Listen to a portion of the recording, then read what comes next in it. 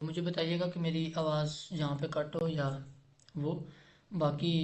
आप मुझे बताइएगा कि ऋषा, आपने अभी तक जो लेक्चर लिए हैं, हमारे जितनी भी सीरीज़ पहली हुई हैं या जो अभी चल रही है, इसमें से कोई आपका डाउट है या कोई क्वेश्चन है आपका, या कुछ समझ नहीं आ रही, या आपका कैसा एक्सपीरियंस रहा, वो ज़रा मुझे बताइएगा।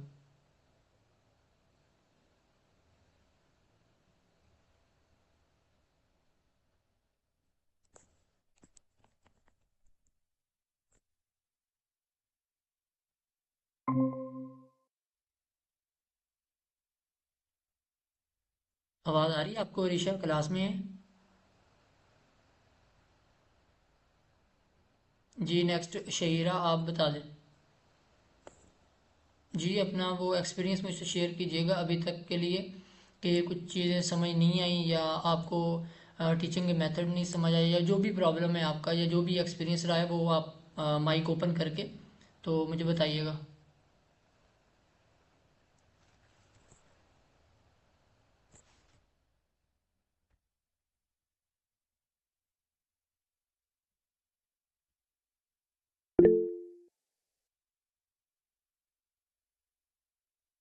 चलिए ठीक है, आप टाइप करके मुझे बता दीजिएगा इनबॉक्स में। और अरीशा आप भी, राहिमा आप भी, और अब्दुल्ला इसाक, आपने कितनी क्लासेस अटेंड की हैं अभी तक के लिए?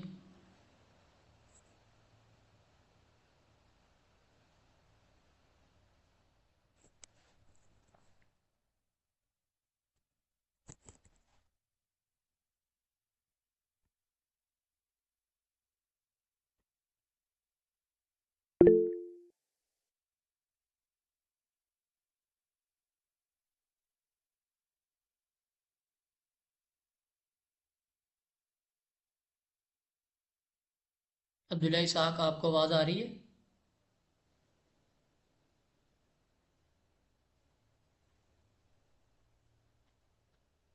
हुरैन तारिक, आपकी सेकंड क्लास है ये लाइव?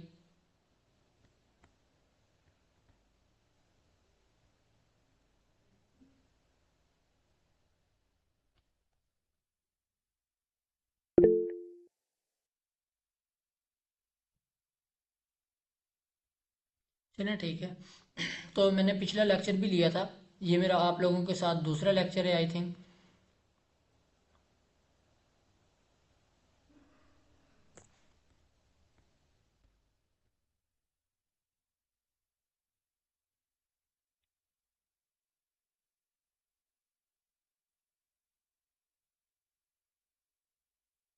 चलिए ठीक है। तो जितने आ गए, अमतुल्ला आप भी आ गई हैं, तो मेरा कहने का मकसद ये था, ये वाइस बाकी जो स्टूडेंट्स होंगे वो रिकॉर्डिंग भी सुनेंगे। तो बेसिकली जब हमने ये क्लस्टर स्टार्ट किया था, हमारा एक ही मकसद था कि जो बेम्स के स्टूडेंट हैं, bachelor of history medicine and surgery के, तो उनको अपनी फील्ड में आगे किया जाए, उनको अपनी फील्ड में प्रैक्टिकल चीज़ें दी जाएँ। किताबी जो चीज़ें होती है वो अभी आप लोग, जो हम पढ़ाते हैं आपको और जो आप पढ़ते हैं, हमारी डिबेट भी होती है मोस्टली, मतलब चीज़ों के टेम्परामेंट पे आप देखते हैं। तो हमेशा जो किताबों में चीज़ें लिखी होती हैं वो कुछ और होता है, जो आर्टिकल में लिखा जाता है वो कुछ और होता है। पाकिस्तान में जितने भी आर्टिकल लिखे जाते हैं, ये आप और मैं बड़े अच्छे तरीके से जानते हैं कि कॉपी पेस्ट ही होते हैं सारे। और जितने भी रिसर्चर हैं पाकिस्तान के अंदर, वो भी हम लोगों को पता है कि कितने की रिसर्च करते हैं ये लोग, और कितने को इनको पास बजट होता है, और कितनी अथेंटिक ये रिसर्चेज वगैरह हमें क्या होता है, दे रहे होते हैं। तो हमने ये जब स्टार्ट किया था, ये फ्री ऑफ कॉस्ट ही किया था बैम्स के स्टूडेंट्स के लिए। तो मेरी अप्रोच, जो फर्स्ट मैंने अप्रोच किया था आप लोगों के जो सीनियर्स थे, उनमें से किसी को मैंने कांटेक्ट किया था, तो उनसे कांटेक्ट लिए आप लोगों के। मोस्टली हमारे पास जितना भी क्लस्टर है वो आप लोगों के हमदर्द का ही है, कराची का। और जो कराची के स्टूडेंट्स हैं या हमदर्द के ओवरऑल, उनकी ब्रीड अच्छी है, बच्चे अच्छे हैं, थोड़ी चीज़ों को मतलब समझते हैं अगर ओवरऑल देखा जाए।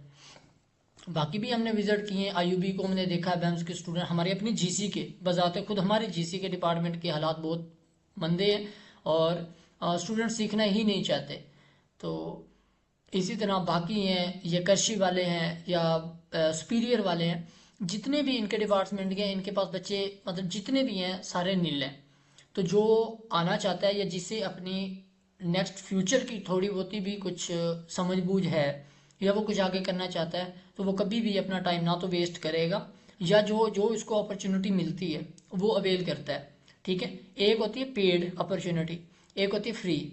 हमने बेम्स के स्टूडेंट्स को लिए यही कहा था कि जो बेम्स के स्टूडेंट्स होंगे उनके लिए हमारी हर चीज़, या हमारी प्रैक्टिकल भी अगर कोई क्लास होगी या जो उनको प्रैक्टिकल हेल्प मिलेगी, बहुत सारी फील्ड, जस्ट ये हर्बल नहीं है, या हमने हर्ब्स तक आपको नहीं रखना। हमने लास्ट जो क्लस्टर ज्वाइन किया था, बनाया था परमानेंट, आप लोगों को मैसेज किए गए थे, जो लोग ज्वाइन होना चाहते थे उनको ग्रुप में ऐड कर दिया था, उनके साथ शेड्यूल भी शेयर हो गया था, हमारा 8 माह का प्रॉपर है, उसमें हम हर चीज़ उनको सिखाएंगे। तो वो भी उनके लिए फ्री ऑफ कॉस्ट है, बट वो बाकी जो डिपार्टमेंट है उनमें सिर्फ आप लोग नहीं है, बेम्स के बच्चे नहीं होते, हमारे पास एफटीजे की भी होती है। इसके अलावा हमारे पास जो डीपीटी का डिपार्टमेंट है, फिजियोथेरापिस्ट, वो भी होते हैं, बट वो पेड आते हैं। ठीक है, तो वो पेड इतनी, जब ये आप अभी स्टूडेंट लाइफ में है, जब आप नेक्स्ट निकलेंगे तो तभी आपको समझ आएगी कि जो अपॉर्चुनिटी हमें फ्री में मिलती थी वो हमने अवेल नहीं की थी, और जब वो चली गई है हाथों से, अब पेड मिल रही है, तो वो फिर बड़ा पछतावा भी होता है, और वो पेड लेके आप बड़ा सीरियस के साथ क्लासेस लेती है। ये तो मैंने परसों आके देखी है, क्लास ली है मैंने, तो जस्ट सिर्फ दो स्टूडेंट है, सिर्फ 2 स्टूडेंट। और मैं तो हैरान हूँ, मैंने हमारे साथ से पूछा कि ये पहले भी ये ज्वाइन करते, कहते 2 या 3 बच्चे होते हैं पहले भी। तो इस तरह का तो नहीं चल सकता ना, एक मतलब टाइम अगर हम निकालते हैं तो हम बिला गर्ज किसी के ना, आप लोगों से कुछ चीज़ें लेते हैं ना कुछ मांगे, जस्ट आप लोगों अपनी फील्ड में काम करें, वर्क करें, इसके लिए हम टाइम निकालते हैं और ये करते हैं। बाकी आप लोग जो ज्वाइन किए हुए हैं इनमें से किसी को कोई क्वेश्चन हो, किसी रिलेटेड, किसी चीज़ के रिलेटेड हो, तो मुझे इनबॉक्स कीजिएगा, और बाकी मैंने मैसेज ग्रुप में कर दिया है, इतनी नॉन सीरियस मैंने नहीं देखी आज तक। ठीक है, कि मुझे सर हमारे बता रहे थे, 1-2 स्टूडेंट्स का आया कि सर हमारे ना फाइनल होने जा रहे हैं, तो वो ज़ियाउद्दीन के तो थे, वो मुझे पता है, लेकिन हम दर्द के अभी तक फाइनल तो है नहीं, लाइक अगर 1 माह बाद है या 1 महीना पड़ा है, तो 1 महीना बहुत टाइम है, तो उसमें से आधे घंटे की अगर आप क्लास ले लेंगे तो उसमें आपका टाइम नहीं जाएगा, ना ही पढ़ती हैं यूनिवर्सिटीज़ के जितने स्टूडेंट्स होते हैं, वो हमें पता है कितना कोई पढ़ते हैं, टाइम लेते हैं। हाँ, जो प्रैक्टिकल लाइफ में या कोई हॉस्पिटल वगैरह में जाता है तो वो अपना टाइम बचा रहा होता है। ठीक है, ओवरऑल टाइम सबके पास होता है, आधा घंटा निकाल लेना, कोई वो पहाड़ नहीं टूट पड़ता किसी पे, या उसका टाइम वेस्ट नहीं हो जाता आधा घंटा लेने से क्लास। तो सो ये जो बाकी स्टूडेंट्स सुनेंगे रिकॉर्डिंग्स, तो अगर होगी उनमें कुछ तो वो कर लेंगे, अदरवाइज़ फिर अपनी किस्मत का खुद रोना रोएंगे। हमारे पास तो जो था हम देने के लिए बैठे हैं, बाकी मुझे बताइएगा कि जब आप लोगों के साथ स्क्रीन शेयर हो जाए।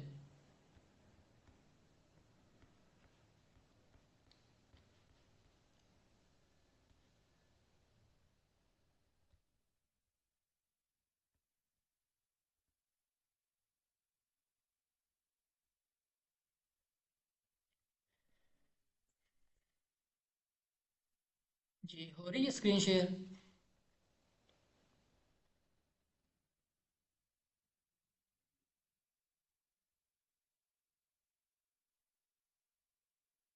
चलें, हम अपनी क्लास का आगाज़ करते हैं।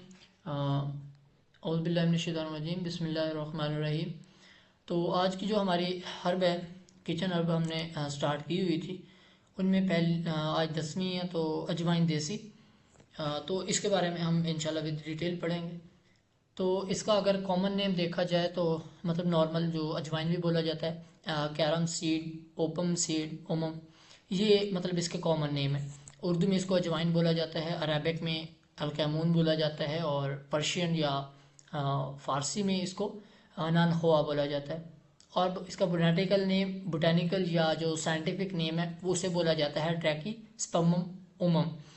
और उमम भी बोला जाता है, या एम ई लिखा हुआ है लेकिन उमम भी लिखते हैं इसके साथ। और लिन लिखा जाता है साथ में, वो बहुत सारे मतलब साइंटिफिक नेम के साथ हर के साथ लिखा जाता है। ये है इसका मतलब, आपको नेम वगैरह आने चाहिए हर लैंग्वेज में। फैमिली की अगर हम बात करें तो ये एपीसीआई या अम्बलीफेरिस फैमिली जो है, इनसे बिलोंग करती है ये कैटेगरी इनकी। जो शर्ब है या ये जो प्लांटी की फैमिली होती है एपीसीआई, उनसे बिलोंग करते हैं। अब इनमें जो पार्ट यूज़ किया जाता है, मतलब पूरा पौधा नहीं यूज़ किया जाता, अजवाइन बजाते खुद जो यूज़ की जाती है वो उसके सीड्स वगैरह यूज़ किए जाते हैं।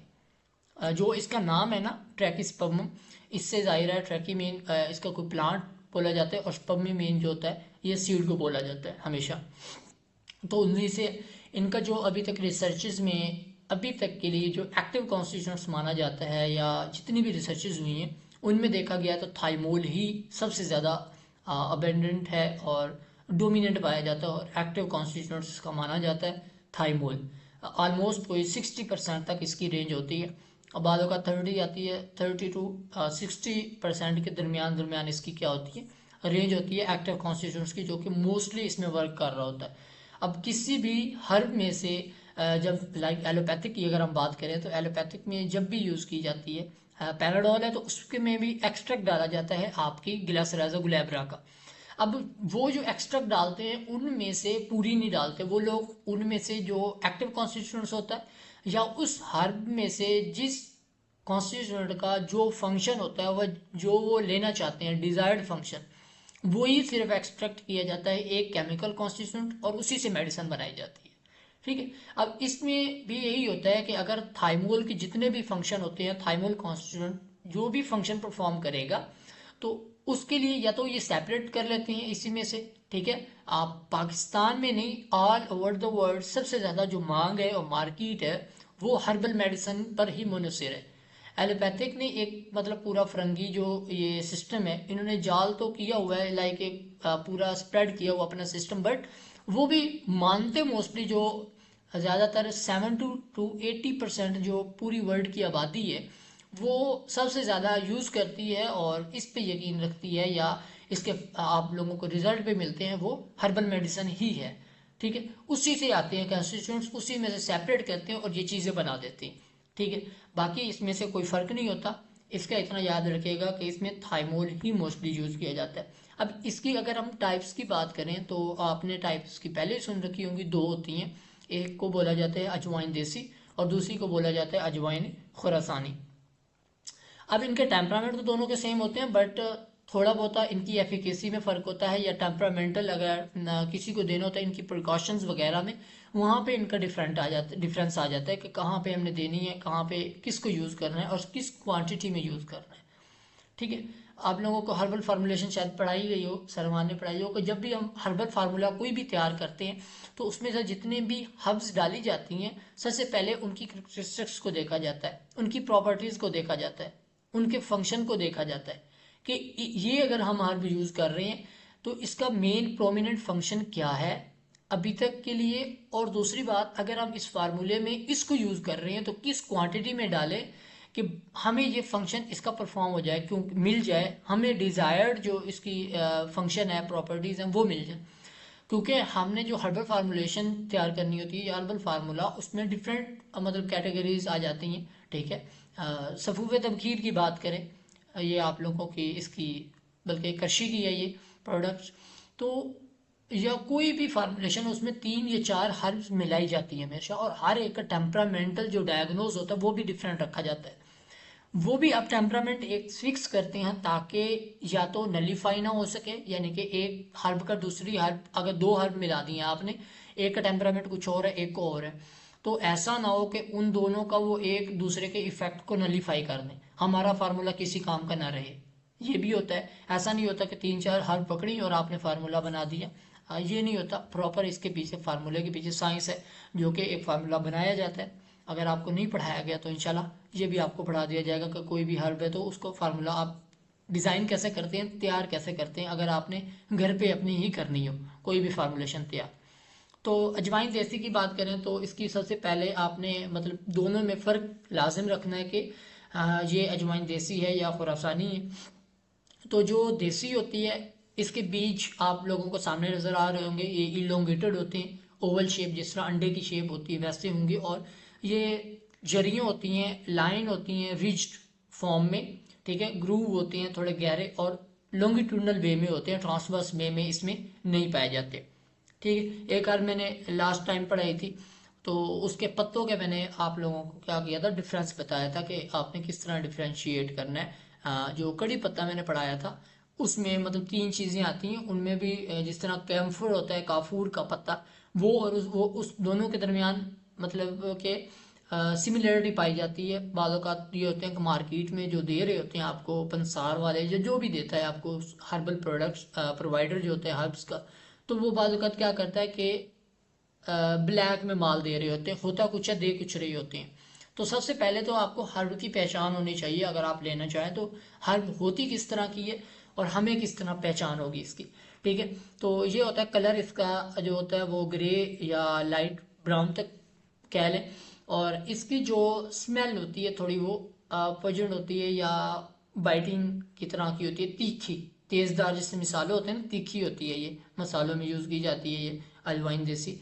हाँ मोस्टली खाना में यूज़ करते हैं, ठीक है, सालन में यूज़ की जाती है, रोमा के लिए भी होती है। बाकी ओवरऑल ये हीट पैदा करने के लिए, हीट प्रोडक्शन में हेल्प आउट कर रही होती है हमें, ठीक है। ये खाना में मोस्टली यूज़ करते हैं कुछ लोग। आयुर्वेदिक की जितनी भी फार्मूलेशन है मैंने बहुत सारी देखी थी, वो मसाले जो होते हैं ना आयुर्वेदिक में, लाइक हम जो जब कोई भी हांडी तैयार करते हैं या घर में कोई भी सालन तैयार करते हैं तो उसमें क्या करते हैं, नमक, मिर्च, हल्दी, अपना गरम मसाला, बहुत सारी चीज़ें यूज़ करते हैं। बट आयुर्वेदिक की जो कुकिंग की मैंने एक स्टडी की थी उसमें इस तरह की चीज़ें यूज़ नहीं की जाती। उसमें नमक या मिर्च वो यूज़ नो डाउट करते हैं, बट वो मोस्टली फोकस जो होता है ना उनका हर्ब पे ही होता है। वो हर्ब्स लेते हैं मुख्तलिफ, जो कि यही किचन हर्ब होती हैं, और उनको सफ़ूफ बनाते हैं, ठीक है, उनको ही ग्राइंड करके मसाला बना लेते हैं और वही डालते हैं, ठीक है। और इनकी रेसिपी बहुत अच्छी बनती है, मैंने भी एक ट्राई की थी इनका मसाला तैयार करके, तो बहुत अच्छी बनती है इनकी ना, टेस्ट भी होता है और जायका भी होता है। तो ये उसमें यूज़ की जाती है अजवाइन देसी, बहुत सारी हर्ब्स होती हैं इनको मिला के। अब ये हॉट टेम्परामेंट की होती है, दूसरी बात है तीखी होगी इसकी, जिस तरह मिर्च होती है तीखी थोड़ी, वैसी प्रॉपर्टी इसकी होती है। और ये इमीडिएट इफेक्ट रखती है हीट प्रोडक्शन में, हीट इग्निशन में, ठीक है। ऐसा समझ लें बॉडी के अंदर अगर आपने हीट पैदा करवानी है फौरन तौर पर, कोल्डनेस से हॉटनेस में कन्वर्ट करना है किसी भी चीज़ को, तो ये इसका इमीडिएट इफेक्ट होता है अजवाइन देसी का। खुरासानी का ऐसा नहीं होता अमल, ठीक है। खुरासानी का लीस्ट होता है, इफेक्टिव ज़्यादातर जो की जाती है वो देसी ही की जाती है। इसकी प्रॉपर्टीज़ या इसका जो फंक्शन होता है वो ज़्यादा होता है स्ट्रॉन्ग। दूसरी आती है हमारे पास अजवाइन खुरासानी। अब उसको भी आप लोगों को पिक्चर नज़र आ रही होगी, इसके जो पौधे होते हैं या जहाँ पे ये पाया जाता है प्लांट ही, वहाँ पे जिस तरह ऐसा समझ लें हनी कोम्ब होता है, जिस तरह ये माकी का छत्ता, हनी कोम्ब, तो उस तरह के इनके होते हैं और उसमें ये बीज पाए जाते हैं। इनकी जिस तरह कंकरियाँ होती हैं छोटी छोटी, इनकी शेप भी वैसे ही होती है, छोटी छोटी होती हैं, ठीक है, और राउंड शेप होती हैं, ठीक है। जबकि वो जो पहले हमने पढ़ी है वो ओवल शेप थी, ठीक है, और इलोंगेटेड शेप में थी। अब इसकी स्मेल जो होती है ऐसा समझ ना होने के बराबर है, या फिर होगी भी सही तो जो अजवाइन देसी की स्मेल हो, आप सूंघेंगे या आप जैसे ही मुंह में रखेंगे ना टेस्ट करने के लिए, तो बहुत तीखा जायका होता है उसका, पिपरी टेस्ट होता है, ठीक है, जैसे ही आप उसको मुंह में रखेंगे। जबकि इसको रखेंगे तो इतना फील नहीं होगा, इसका टेस्ट वैसा नहीं होता और ना ही इमीडिएट वो दे रही होती है आपको। इसका टेस्ट बिल्कुल डल होता है, ना होने के बराबर ऐसा समझ लें, और थोड़ा बिटर टाइप में आ जाता है। ये मेन क्लासिफिकेशन है। जब आपके सामने ये दो बीज रखे जाएँ, डिफरेंस करें आप कि ये अजवाइन खुरासानी है ये देसी, आपको कम से कम पता होना चाहिए कि एक तो शेप से पता चल जाता है, दूसरी बात है इसका टेस्ट आप कर ले तो समझ आ जाती है कि ये है। बाकी इसकी प्लांटिंग का वो बताया गया कि किस तरह का होता है या क्या इसके पीछे मैकेनिज्म। यहाँ तक तो ये इसकी टाइप्स। नेक्स्ट शुरू हो जाती है इसकी ओरिजिन, और अगर हिस्ट्री की बात करें कि ये कहाँ से आई और इसका ओरिजिन कहाँ से हुआ। बेसिकली प्लांट्स हैं तो ये कहाँ से भी हो सकते हैं। मोस्टली जो आजकल प्लांट्स पाकिस्तान में आते हैं तो वो इंडिया से इंपोर्ट किए जाते हैं, एक्सपोर्ट काम करते हैं, फिर इंपोर्ट एक्सपोर्ट का फिर वो बाद वक्त ये होता है कि इंडिया वाले कहीं और से ले रहे होते हैं, ठीक है, किसी और कंट्री से ले रहे होते हैं जहाँ पे पाया जाता है। जिस तरह लास्ट टाइम हमने कड़ी पत्ते के हवाले से बात की थी, तो वो इंडिया खुद कहीं से मंगवाता है, एक्सपोर्ट करता है कोई कंट्री इसको, ठीक है, तो वो उसको मिलती है। इसी तरह टर्किश है, तुर्की वाले वो यूएसए में भेजते हैं, ठीक है। यूरोपियन ममालिक में कड़ी पत्ते को जो है वहाँ पे उनकी एक मतलब पूरी प्रोडक्शन होती है, ट्री उनके जो होते हैं प्लांटेड करते हैं, फिर वो एक्सपोर्ट का काम करते हैं। मतलब एक तरह का उनका जो बिजनेस है वो भी चल रहा है उसी से, और इम्पोर्ट एक्सपोर्ट का काम भी वो किए हुए हैं इन हर्ब के थ्रू। तो इसकी जो सबसे पहले हमें मिला जाता है कि ये कहाँ से पैदा हुआ, ये कहाँ से स्टार्ट हुए, तो इजिप्ट में भी माना जाता है। मोस्टली इजिप्ट के जो लोग थे वो, या पर्शियन वाले या मिडल ईस्ट की कंट्रीज़ वगैरह इसमें आ जाती हैं। तो ये रिसर्चर हैं, ये हिस्ट्री है, इस पर कितना को बिलीव है वो हम इतना नहीं देखते। फिर कुछ लोग ये कहते हैं कि जो आर्कोलॉजिस्ट थे उन्होंने ये देखा कि इजिप्ट के जो लोग थे वो हमेशा जो बर्तन होते हैं ना मिट्टी वाले, उनमें इनको स्टोर करके रखते थे। ठीक है, मिट्टी के बर्तनों में इसको, अजवाइन को वो स्टोर करके रखते थे, जार बनाए होते थे उन्होंने, पहले ज़माने में मिट्टी के बर्तन होते थे। तो उसके अलावा ये बात है कि ये जो अजवाइन देती है ये यूज़ की जाती है एक तो मेडिसिन में, दूसरी बात है इसका काम होता है डिकेशन करवाना, यानी कि डीके, इसकी प्रॉपर्टी है डीके, यानी कि बैक्टीरियल है कोई भी, वो इन्वायरमेंट में भी हो सकता है, वो आपके बॉडी के अंदर भी हो सकता है। ठीक है, इन दोनों फॉर्म में वो बैक्टीरिया को ख़त्म करता है या डिग्रेडेशन का काम कर रहा होता है वो। ठीक है, डीके की प्रॉपर्टी होती है इसकी, या फिर बचा भी रहा होता है बाज़ औक़ात। अब इसमें जो इजिप्ट के लोग थे, मिस्र के रहने वाले थे वो वर्कर, वो हमेशा छोटी छोटी पोटलियां रखते थे कपड़े की, और उसी में इसके बीज रखते थे अजवाइन देसी के, वो चबाते रहते थे बाज़ औक़ात। या फिर उनका जो खाना होता था वो इस टाइप का होता था कि वो उनके मैदे को डिस्टर्ब करता था, उनके स्टमक में बर्निंग बढ़ा देता था या एसिडिटी को इंक्रीज करवा देता था, फ्लैचुलेंस या ब्लॉटिंग वगैरह। तो उसको जो है ऐसे समझ लो कोप अप करने के लिए वो छोटी छोटी पोटलियां होती थी कपड़े की, उनमें इनको स्टोर करके साथ में रखते थे, जेब में रख लिया या साथ लटका लिया बॉडी के, ताकि वो खा सके। उनका खाना हैवी ब्रेड होता था या ओनियन वगैरह, प्याज वगैरह। प्याज ज़्यादा खाएंगे, कच्चा खाएंगे तो क्या करेगा, या तो ब्लॉटिंग की, फ्लैचुलेंस, गैस पैदा करने का। ठीक है, तो ये इसकी प्रॉपर्टीज होती हैं हर हर की, वो जब जिसकी ज़्यादा प्रॉपर्टी होती है वही नुकसान देता है बाज़ औक़ात, अगर आप उसको सही तरीके से इस्तेमाल नहीं कर रहे होते तो उनकी खुराक ये थी, इसलिए ये स्टमक पेन होता था उनको, तो स्टमक पेन से रिलीफ के लिए, यानी कि ये एक पेन किलर के तौर पर है, एनाल्जेसिक इफेक्ट भी रखता है ये। अब जो मोस्टली ट्रैवलर्स होते थे या जो सफ़र करते थे, हिस्टोरियन जो कि रिसर्चेस वगैरह करते थे, या बाकी जो जोग्राफिकल एरियाज़ को मतलब सी आउट करते थे, उनमें से डिस्कवरीज वगैरह निकालते थे, ये तो उनको भी ये मसला होता था, क्योंकि एक जगह का पानी या एक जगह की खुराक जब दूसरे आप कंट्री में जाएंगे या दूसरी प्लेस में जाएंगे, अब तो माशाल्लाह सिटीज़ छोड़ें, अब तो गलियों, एक गली का दूसरी गली के साथ पानी नहीं मिलता, एक घर का तीसरे घर से पानी नहीं मिलता। लाइक इतना डिफरेंस है दोनों की, मतलब केमिकल प्रॉपर्टीज, केमिकल कॉन्स्टिट्यूएंट्स, और पूरे जायका ही बदल गया अब तो वो जो होते थे वो तो एक कंट्री से दूसरे कंट्री में जब जाते थे, एक खिते से दूसरे, तो खुराक में भी डिफरेंस होता है। इसी तरह अब देख ले, मोस्टली आपके कराची में पानी की सबसे ज़्यादा वो है, मतलब ऐसा समझ ले पानी किसी काम का नहीं है, पीने के काबिल है ही नहीं। ठीक है, तो वहाँ पे मोस्टली लोगों को कॉन्स्टिपेशन का मसला रहता है, वो मेडिसिन रेगुलर यूज़ कर रहे होते हैं। आप ज़रा हिस्ट्री लेके देखिएगा कराची के पीपल्स की, उनमें कॉन्स्टिपेशन कॉमन है। ऐसी खुराक नहीं है जो कि कॉन्स्टिपेशन को क्या करे, कोप अप कर सके, तो उनमें कॉन्स्टिपेशन बहुत ज़्यादा कॉमन है। और इसी तरह मैदे के, आंतड़ियों के मसले उनमें भी ज़्यादा होती हैं। ठीक है, तो जब एक जगह से दूसरी जगह ट्रैवल करते थे तो उनको आबो हवा भी डिफरेंट होता था, उनकी फूड्स डिफरेंट होती थी। ठीक है, बाद अगर ऐसा होता है कि उनकी इम्यूनिटी इतनी स्ट्रांग नहीं होती कि वो बेयर कर सकें इस चीज़ को, या उनका इतनी डाइजेस्टिव पावर नहीं होती, हर सिस्टम के पास इतनी हर बंदे की इतनी इम्यूनिटी नहीं होती कि वो उसको क्या करे, बेयर कर सके, किसी भी इलाके में जाके कोई भी फूड खा ले। ठीक है, बाद अगर होते हैं कोई धड़ोधड़ फास्ट फूड खा रहे होते हैं, कोई लोग होते हैं वो ज़रा से भी खा लें कभी, चाहे एक मंथ के बाद भी खाएं फास्ट फूड, तो उनको बर्निंग सी होती है और वो इस चीज़ से कतराते हैं, उनके पास इतनी डाइजेस्टिव पावर नहीं है बेयर करने की। तो जितने भी ट्रैवलर होते थे वो भी साथ में रखते थे अजवाइन को और च्यूव करते थे, चबाते थे इस चीज़ को। क्यों? क्योंकि गैस, फ्लैचुलेंस या ब्लोटिंग या कोई भी अगर डाइजेस्टिव इशू उनको होता था, उनको पता होता था कि हमें डाइजेस्टिव इशू होना है, एक जगह से दूसरी जगह जा रहे हैं, तो वो साथ लेके जाते थे। जितने भी स्टमक प्रॉब्लम होते हैं इनमें मोस्टली ये यूज़ किया जाता है, और ये बहुत ज़्यादा इवन के जो स्टमक पेन है जिससे एनाल्जेसिक मैंने बताया, तो उसमें बहुत ज़्यादा रोल प्ले कर रही होती है ये। अब ये फैली किस तरह एक जगह से दूसरी जगह, जिस तरह मैंने बताया ट्रैवलर एक जगह से दूसरी जगह गया, यानी कि एक इलाके से दूसरी जगह जब इलाके में इन्होंने हिजरत की तो साथ में पोटलियाँ थी, तो ये साथ लेके जाते थे।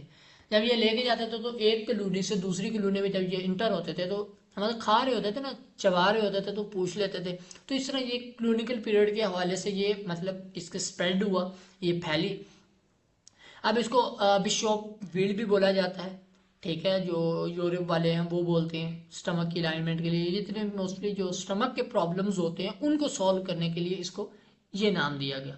और सबसे मोस्ट इम्पोर्टेंट कि जो अफ्रीका के लोग हैं या जो ट्रेडिशनल हीलर्स हैं, पुराने लोग जो इसका इस्तेमाल करते थे, हुक्मा लोग, एंशिएंट वाले, तो वो ये कहते हैं कि बॉडी के अंदर इग्निशन का काम, ठीक है, यही करता है। यानी कि अगर फायर को वेकअप करना है, भड़काना है आग को, आग अगर कम चल रही है तो हम पेट्रोल डाल देते हैं तो ताकि जल्दी भड़क जाए। तो इसी तरह अगर आपने जिस्म में या बॉडी में या खास तौर पर स्टमक में अगर आपने हीट को इंक्रीज करवाना है तो यही हल है कि आप देसी अजवाइन यूज़ करें। ये बेस्ट है, ये इतना जल्दी करता है जितनी को कोई दूसरी हर हीट पैदा नहीं कर सकती। इसके पास इतनी एबिलिटी है सीड के पास, वेक द फायर। और हॉटनेस होती है, और इसका टेस्ट मैंने पहले बता दिया है कि अजवाइन देसी जो होती है वो थोड़ी तीखी होती है, पिपरी टेस्ट की टेस्ट थोड़ा शार्प होता है, तेज़ होता है। इसी तरह यहाँ तक इसके मतलब हिस्टोरिकल जितने भी आए, यानी कि कौन कौन किस तरह इसको यूज़ करता था, ये फैला कैसे, कहाँ से स्टार्ट हुआ, ओरिजिन, इंसर्शन, टाइप्स और उसके जो कॉमन नेम होते हैं उनके अबाउट। नेक्स्ट हमारा स्टार्ट होता है इसका टेम्परामेंटल इफेक्ट, कि इसका टेम्परामेंट है क्या और टेम्परामेंटल इफेक्ट ये देता कैसे है। अब पहली बात, ये टेम्परामेंटल इफेक्ट की बात की जाए तो सेकंड या थर्ड तक की कैटेगरी में इसको काउंट किया जाता है, थर्ड तक। अब इसमें जो टेम्परामेंटल इफेक्ट है हॉट और ड्राई है, ठीक है।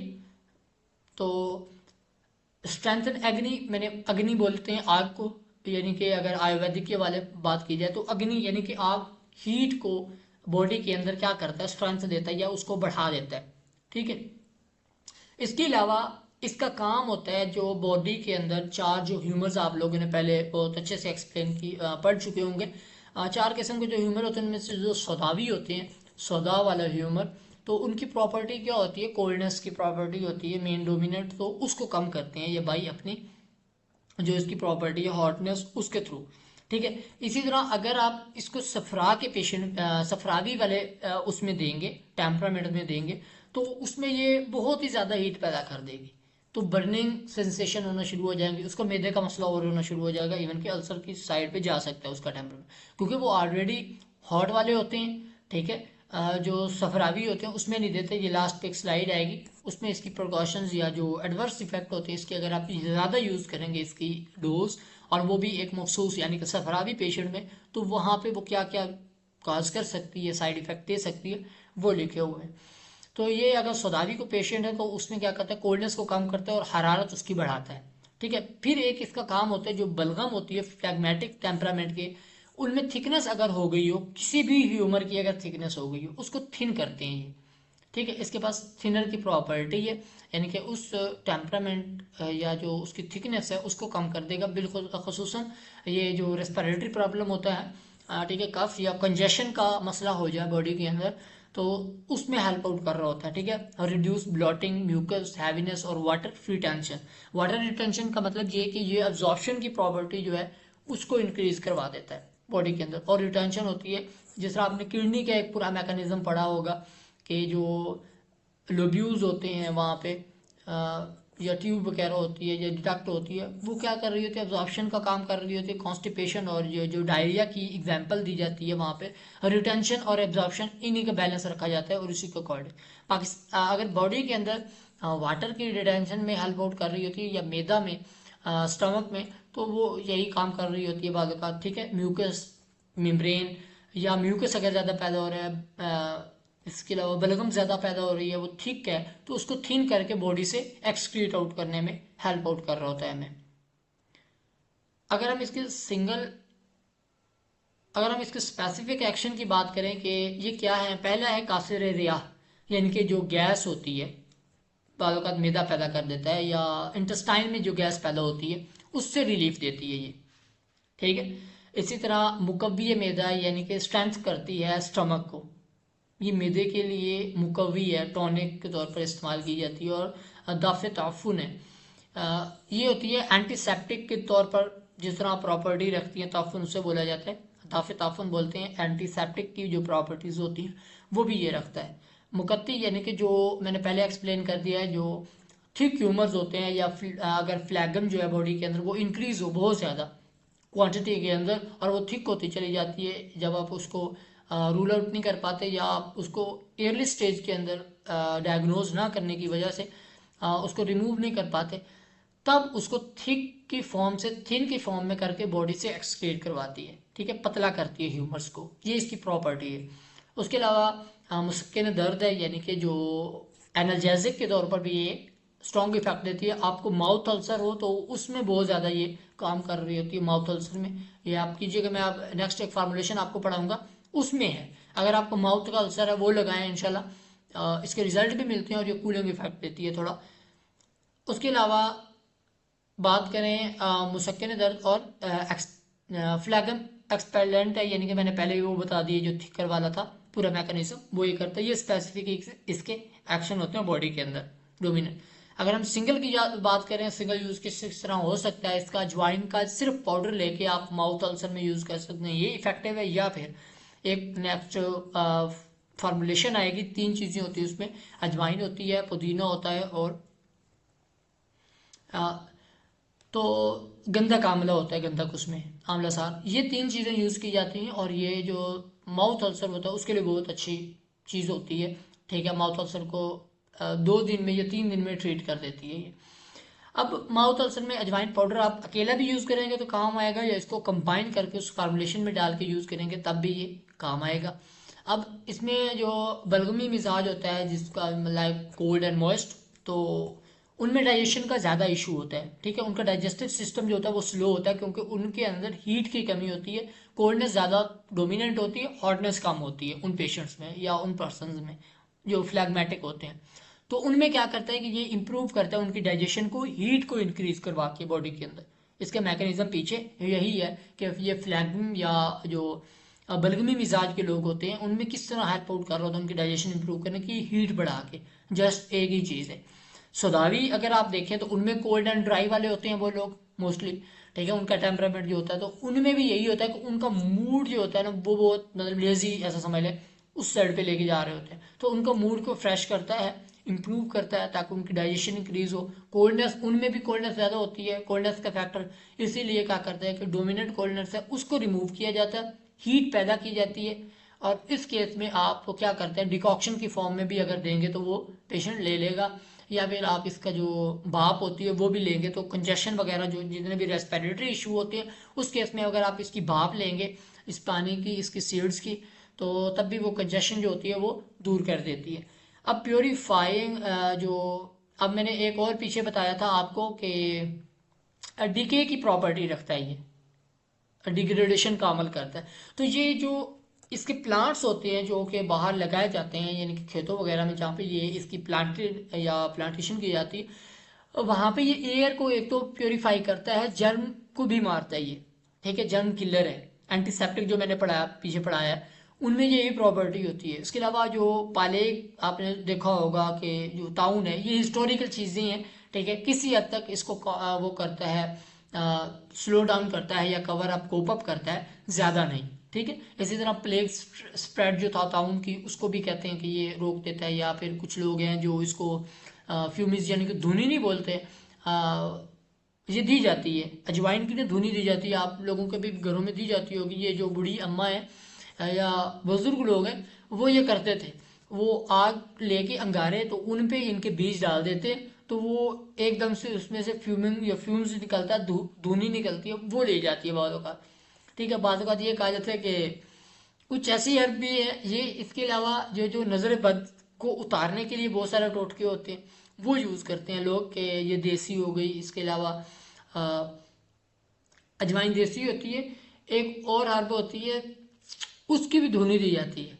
ये जो मैंने बताया ना कि नजर बद से बचाने के लिए और टोना वगैरह हो जाए, कोई कहते हैं कि बहुत सारे होते हैं रिचुअल अगर देखी जाए क्लीनेस, तो उस मामले में इसको यूज़ किया जाता है, धुनी दी जाती है पूरे घर में लेके, यानी कि एक बहुत ही स्पिरिचुअल चीज़ माना जाता है इसको। तो शियाटिका का पेन एनाल्जेसिक है लेकिन किसी हद तक। माउथ अल्सर में नो डाउट बहुत अच्छा वर्क करता है। इसी तरह माउथ का पेन हो तो बहुत अच्छा काम करता है। जो मसूड़े होते हैं उनके दर्द के लिए बहुत अच्छा है, एंटी एनाल्जेसिक है, पेन किलर के तौर पर काम करते हैं। शाटिका के केस में इतना नहीं करता, ना स्टिफ ज्वाइंट हो, ज्वाइंट का पेन हो, शाटिका हो, या फिर कोई भी बैक पेन हो तो उसमें इसको यूज किया जाता है। किसी हद तक काम करते हैं, जिमाल बोलते हैं, किसी भी चीज का पेस्ट बना के उसको ऊपर लगाना, ठीक है। तो जिमाल उसको बोला जाता है, इसका जिमाल लगाया जाता है। कोई भी ज्वाइंट का प्रॉब्लम हो, उसमें पेन हो, किसी भी पेन वाली जगह पे लगा देना, तो वो जो क्या करता है कि दर्द को चुन लेता है या एक्ट करता है एज एनर्जेसिक, ठीक है, पेन किलर के तौर पर। अब कोई कफ है फॉर एग्जांपल, खांसी है, वो भी बलगम के साथ आ रही है, फ्लैगम, तो उसमें इसका कहवा दिया जाता है अजवाइन देसी और पुदीने का। तो ये बहुत अच्छा काम करता है उस केस में।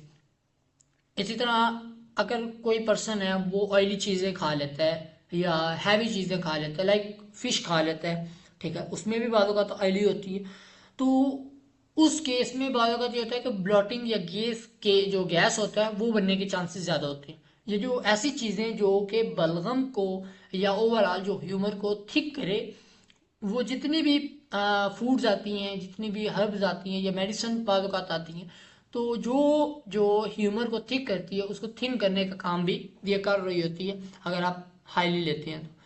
इसके अलावा जो पर्शियन थे वो अजवाइन को जो, या फिर ऐसा समझ लें कि जो मीट होता है उसको स्टोर करने के लिए, मैंने कहा ना कि डीके की प्रॉपर्टी होती है, ये उनके जर्म को किल करता है, तो एक्ट एज अ प्रिजर्वेटिव के तौर पर भी ये यूज हो रहा होता है सिंगल, ठीक है, अचार वगैरह में, या जो लंबे सफ़र के लिए जाते थे और खुराक के गिलने का अमल होता है ये एक, ठीक है, स्पॉइलेज वगैरह उससे बचाने के लिए ये यूज़ की जाती थी, उस खुराक में डाल दी जाती थी, क्योंकि ये एंटीसेप्टिक है और जंग को किल करता है, इसी तरह उसकी डिग्रेडेशन से बचाता है, डिग्रेडेशन करता भी है और बचाता भी है, दोनों प्रॉपर्टीज हैं इसके पास, ठीक है।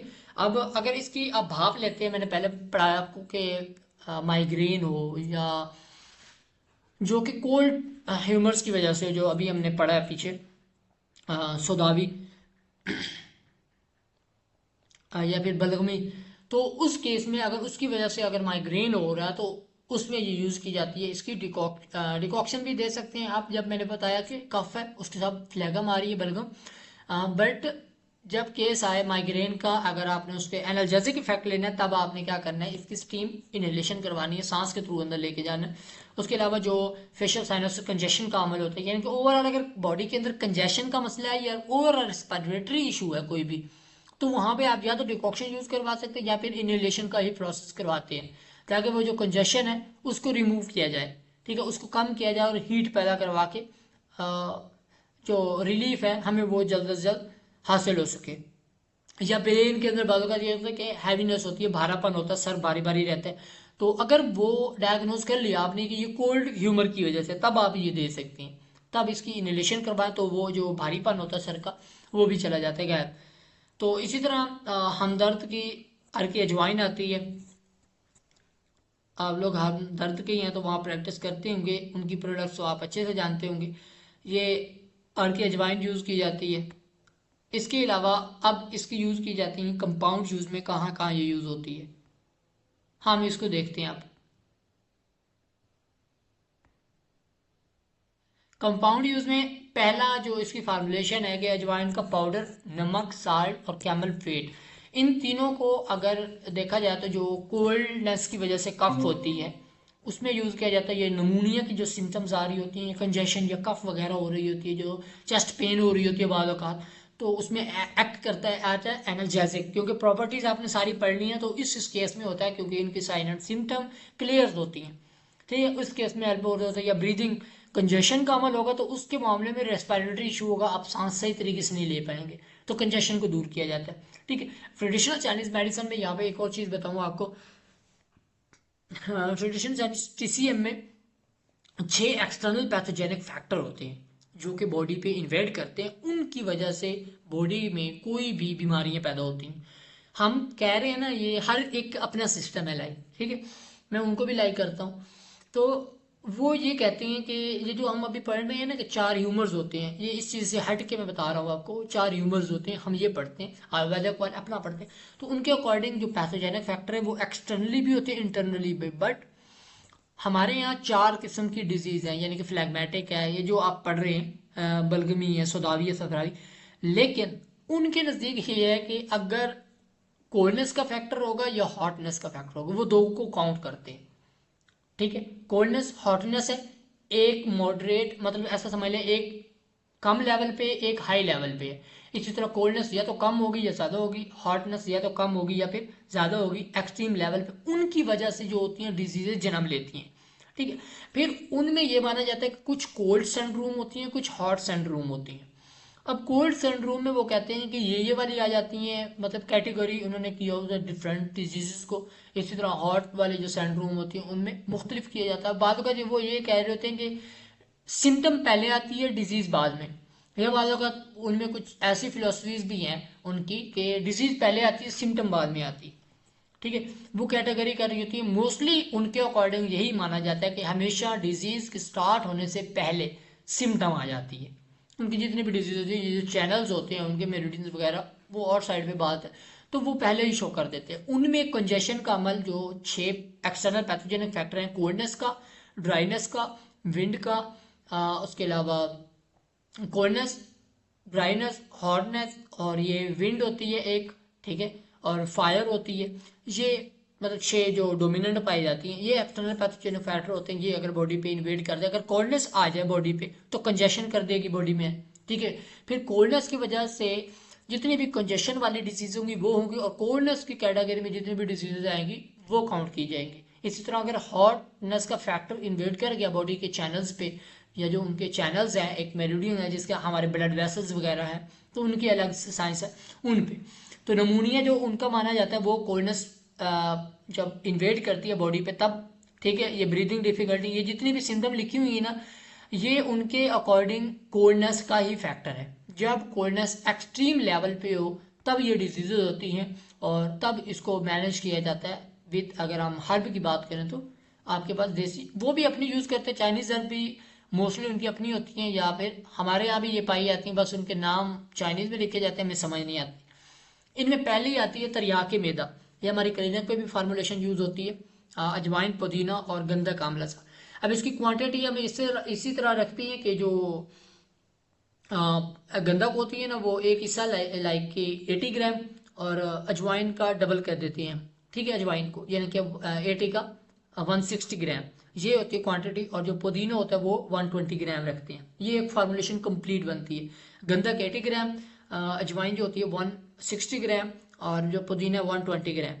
ये एक तरियाके मैदा भी बोला जाता है इसको, या हमारे यहाँ जो फार्मूलेशन पाई जाती है वो टैकी एसपी के नाम से हमारी क्लिनिक पे मौजूद है। और ये भूख को बहुत ज़्यादा इनहांस करती है।